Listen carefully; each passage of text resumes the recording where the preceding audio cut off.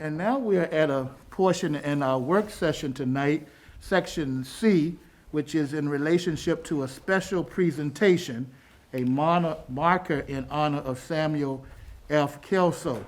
And we're so grateful to all who are here tonight for this festive opportunity. And we all have printed programs before us. And so with the printed program in mind, I'm now going to get us started with this. I would like to welcome each of you tonight here to the School Board Administration building, and it is our pleasure to do what we're doing tonight. And to begin our presentation, I would now like to call on our Superintendent, Dr. Crystal Edwards. Thank you. And I'd just like to give a special thank you to all of our guests, our staff, our families, our friends, and our students for attending tonight's celebration. Also, a very, very special thank you to Miss Jane White, who has included Lynchburg City Schools in this honor. And those of you who know Jane know how committed she is to Lynchburg City Schools, to our community, and it's just wonderful and fantastic to always work with her and partner with her. So thank you, Jane White, for working with us to have this dream come true right here tonight. Also, on your way in, you were probably treated to some wonderful sounds of our elementary orchestra students. So a huge, huge shout out and thank you to Principal Steele, who worked with me to get Miss Ginger Paris and our elementary orchestra students here tonight to celebrate this wonderful occasion. Those students played from 4:30 straight without taking a break. Let's it give is them a amazing. hand.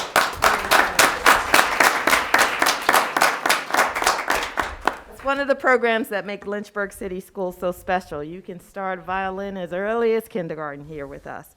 About over 150 years ago, Samuel F. Kelso was a trailblazer in his time in advocating for education for all. He also taught at the Freedman School right here in Lynchburg, so that makes this extra special for us being in the admin building tonight. As an educator myself and in celebration of Black History Month, it gives me great joy to be part of this celebration tonight and to honor him and all that he has done.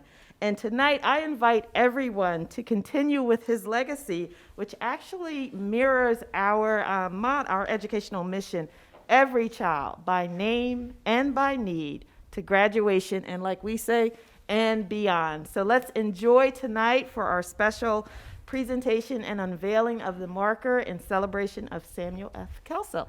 Thank you. Thank you, Dr. Edwards, and we're so thankful for this opportunity tonight.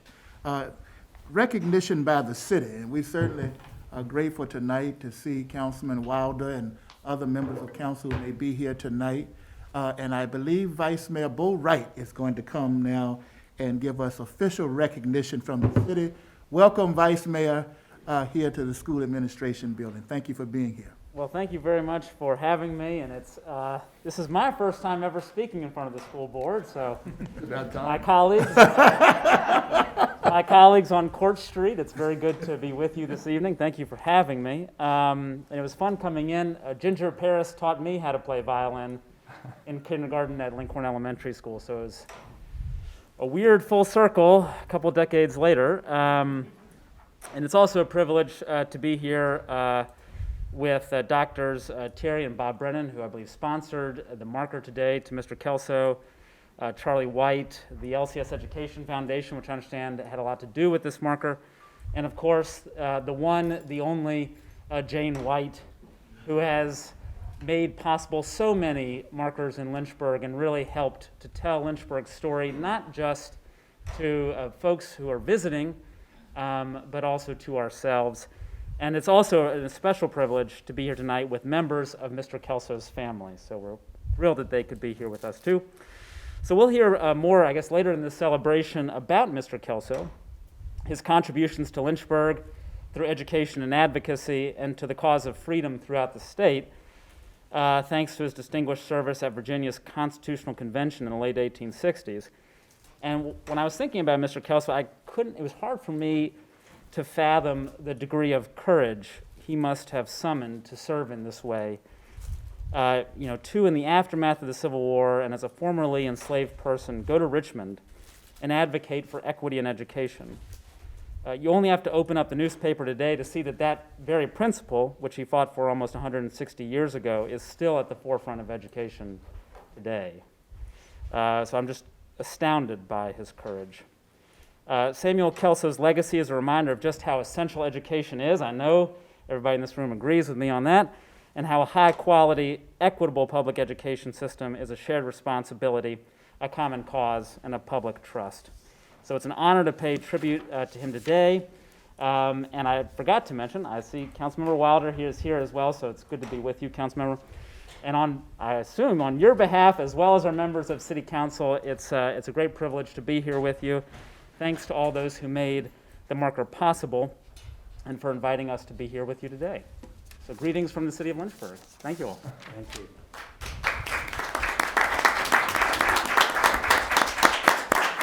Thank you, Vice Mayor Wright. We really appreciate your comments and the entire members of City Council for your support.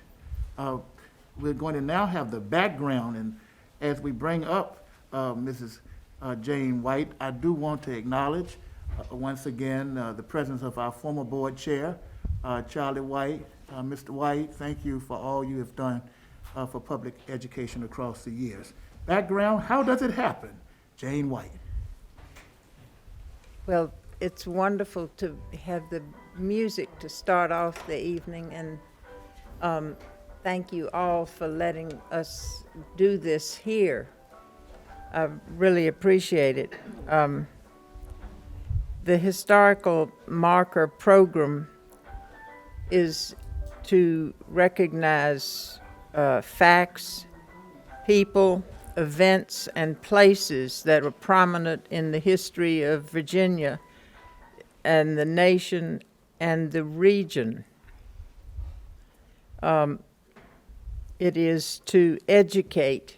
That is the whole purpose of markers, is to educate, not to be memorials. So they tend to be memorials, but that's not their purpose. Virginia's program for markers began back in 1927 and is the oldest in the United States. We now have more than 2,600 markers scattered throughout the state. And in the beginning, they were all for white men. And so I'm very proud that Lynchburg has many more historical markers recognizing the contributions of African Americans and women than most anywhere else in the state. So we've worked hard on that. Originally, it was the Virginia Conservation and Economic Development Commission that was tasked with markers, with, I guess, making them and coming up with who they were going to recognize. Then came the Virginia Department of Highways and the Virginia State Library and Virginia Landmarks Commission, which was the predecessor of the Virginia Department of Historic Resources. So all of those state agencies have played a part in the marker program through the years. And how in the world does it happen now? I want you to know that every marker you see is the result of probably one person who thought that a certain person or fact or site was significant. And so but it always takes a village, as we all know. And in my case, when I think of something for a marker, it's always because of Ted Delaney. And so I'm always standing on his shoulders for his research and his knowledge. And I remember when Ted discovered Samuel Kelso, and he was saying, this guy was really important. How come I've never heard of him? And I certainly had never heard of him either, but since then I have been thinking about people that deserved a marker, and he was certainly one. And it's because of Ted. And I will mention now that he's been called out of town this afternoon, and his remarks are going to be presented by his faithful prize docent from the museum system, Doug Washington. And also, we appreciate Vice Mayor Bo Wright taking on for Mary Jane Dolan, who has COVID. So thank you, Bo, for that. And that's how these things happen. Well, so what do you do if you want to do a marker? First, you look online and you see the history of the program and the application process, and it is long and tedious. Sometimes it takes as long as a year from start to finish, but it involves writing something that you think summarizes the subject in 100 words or less. You present that, but every one of those words has to be documented with whatever you can find that shows that it happened, whether it's a census record or a old newspaper article or whatever. But that is a fascinating process, and I want you to know that the state folks check every single documentation that you submit, and they seem to have an amazing amount of resources that enables them to do that. So you present that, and then they decide whether they like what you wrote or not, and they get back with you with revisions. And I will say that their revisions are always in corrections and much better than what I sent in. The other thing is you are required to have a program like today. That's an unveiling ceremony as part of things. You need to have a sponsor. I'm the proposer, but I called my friend Bob Brennan, whom I knew how passionate he was about education. And he and his wife were very generous to immediately say yes, they would be delighted to sponsor. So that was huge. So once you get someone who's willing, and then comes along my son Charlie White, who added to the pot, and we partnered with the Lynchburg City School Education Foundation, who acts as physical agent for this program, and we have worked with them for other markers as well. And it's sometimes you raise a little more money than you need for the marker. The total amount for a marker is $1,700, just so you know, and those are not paid for by the state in any way, except the city of Lynchburg does do the installation, which is very nice.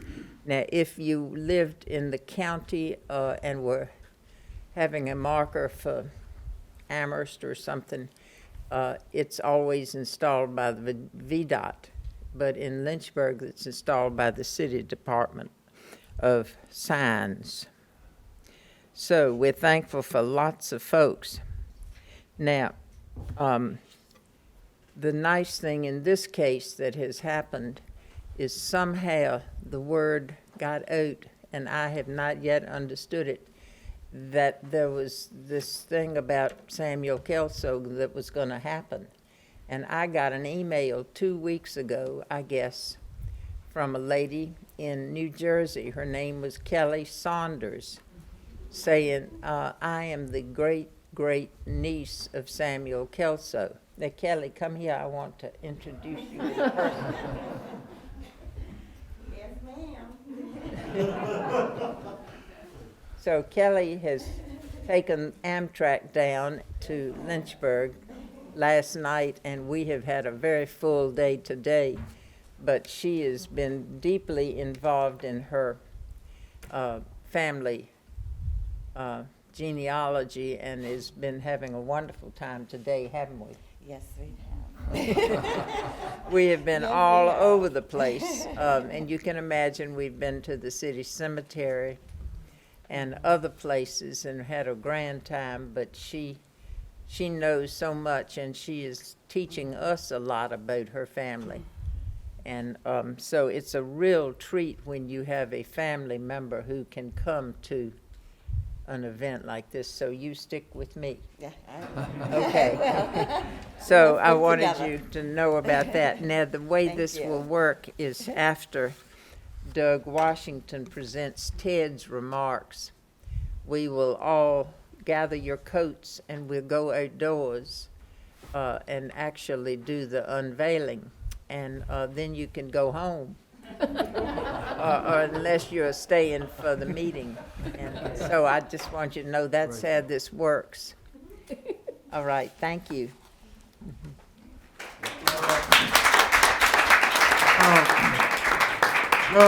Doug, Mr. Washington, before you begin your remarks, we do want to yield for just a moment to allow Dr. Bob Brennan to make a statement. I just very briefly would like to say how appreciative I am and my wife, Dr. Terry Brennan, who was in the back row there, are to have been asked to participate in this honor of supporting this marker. I learned something many years ago in Lynchburg that other people have learned, that if Jane White calls you and asks you to do something, you make sure you do it. So that's what we did, and we're pleased to be part of it. But I also just want to point out that Jane White is more than historical markers in Lynchburg. She, as most people know, was the heart and soul of the city cemetery. She literally resurrected that area and made it into the wonderful place that it is, known both locally and nationally in the United States. She has really taken on the historic markers in the state, and it's so wonderful that here we are in the month of African-American history, that here she is, who has done so many markers, most of Afro-American people in Lynchburg, such as Mr. Kelso. She did one in 2021 for the first black veterinarian in the United States, which is on 5th Street. So she's really done a great job. I also have to point out that she is the wife of Ken White, who has played a huge role in public education in Virginia. Mr. White was the president of the Virginia Board of Education. He was chairman of the Virginia Board School Authority.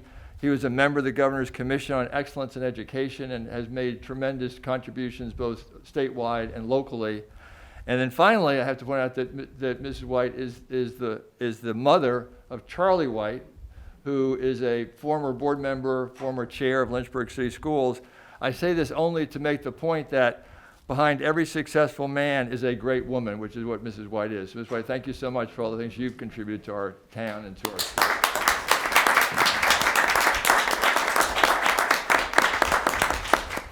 Well said, Dr. Brennan. And now Doug Washington to tell us a bit of history. Thank you, Reverend Coleman. And thank you to the one and only Jane White. I feel so honored to be here on behalf of Ted Delaney, Lynchburg Museum Director, to honor a remarkable man, Samuel Kelso. Ted asked me to convey his deepest regrets that he could not be here today personally, and so I'm honored to share his message for you today about Samuel F. Kelso, born circa 1825 to 1880, died 1880. And here are Ted Delaney's remarks for the historical highway marker to be unveiled today. Let me also add that if Ted were here, he would express his sincere joy that members of the Kelso family are here. From Ted Delaney. It is unusual that we know so little about the subject of a Virginia historical marker. But such is the case with Samuel Kelso. There are no known photographs or images of Samuel Kelso. We don't know exactly when he was born. And most of his short life, which took place before emancipation in 1865, remains a mystery. He and his wife Sarah had no known children, and his only living relatives are descended from his brother Alan. The location of Kelso's grave in Old City Cemetery has never been found, and whatever marked it has long since disappeared. It's fair, we think, to say that only a small handful of people in Lynchburg today have ever heard the name of Samuel Kelso before. However, what we do know about Kelso is impressive and amazing. And we think you'll see it was an easy decision for the State Board of Historic Research to honor him with one of these special markers. One thing we know about Samuel Kelso is that he was a savvy politician and political organizer who quickly rose to become one of the very first African Americans to engage in politics in Lynchburg after the Civil War. In fact, he was the first black person ever elected to public office in Central Virginia. Wow. He was chosen by the citizens of Campbell County and Lynchburg to represent them in the new state constitutional convention, which would assemble in Richmond in the winter of 1867 and 68. He competed against seasoned and influential white men, including former Confederate colonel and local newspaper editor Robert Withers, demonstrating his competence and leadership from the stump and the debate stage. We also know Kelso was a man of tremendous courage and inner strength. It's hard for us to imagine. It's truly hard for any of us to imagine how hostile was the socio-political climate in Virginia in the first several years after the Civil War. Confederate Virginians had lost the war and were coming to terms with the new reality of emancipated slaves. Black citizenship and large numbers of black men voting in public elections. The economy was devastated, and federal troops still occupied Lynchburg. Conservatives were having a very hard time adjusting to this new South. Black politicians were their easiest, favorite target for harassment and brutally racist treatment in the press. And of course, the threat of personal violence was very real. For those who exercised their new rights, especially those who put themselves in a position of leadership like Samuel Kelso did. It's no coincidence that the first documented appearance of the Ku Klux Klan in Lynchburg was in the spring of 1868, right near the end of that constitutional convention, when it was clear how Lynchburg and Virginia were changing in fundamental ways. So into this grim arena, Samuel Kelso stepped in the late 1860s.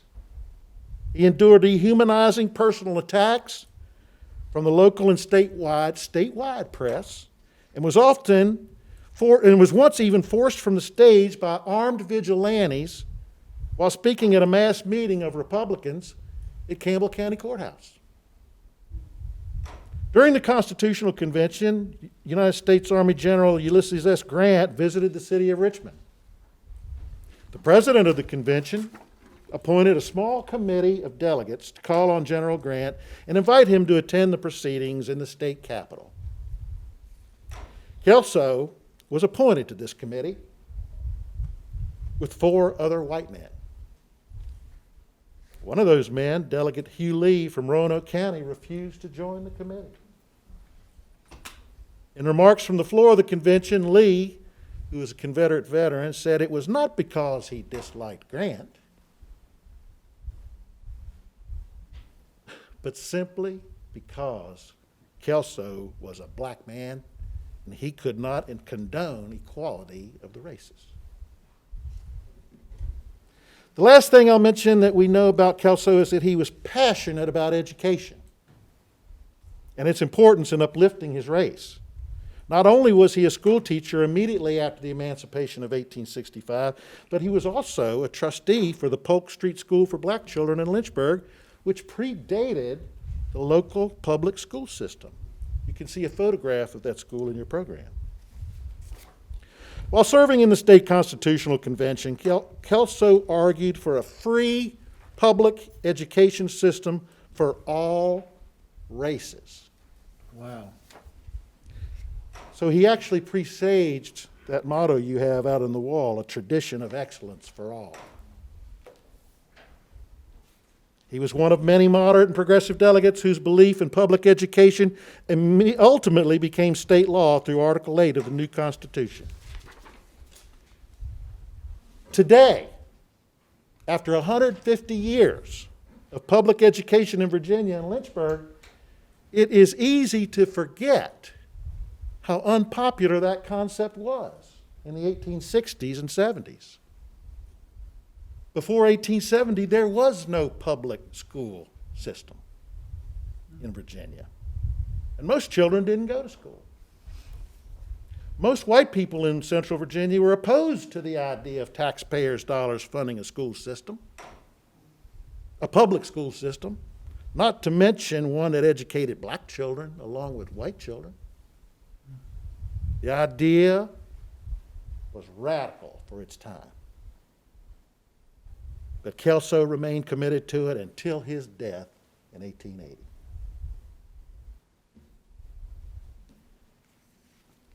May this new marker, in closing, may this new marker here on Court Street remind us all and future generations of Samuel Kelso and his vision for Lynchburg. Thank you.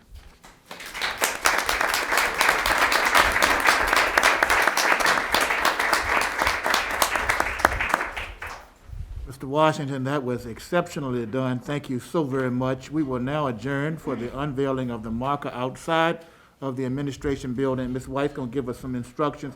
Dr. Edwards, along with Ms. Reeves, will lead us in that situation. Ms. White? Thank you. That's sort of what I was going to say. Was All right. Ethel Reeves, and I would like our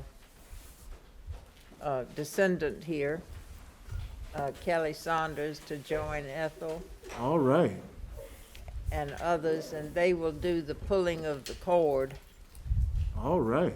So everybody just please come on. Yes, ma'am. We're coming right now. Wait, thank you. Outstanding job. Okay. So it won't, okay. Why don't I just do So it's like 1, 2, 3. Oh, my goodness, wait, you wait, ain't wait. playing, huh? There we go. Oh, wait, I think it's still, There we go, there we go.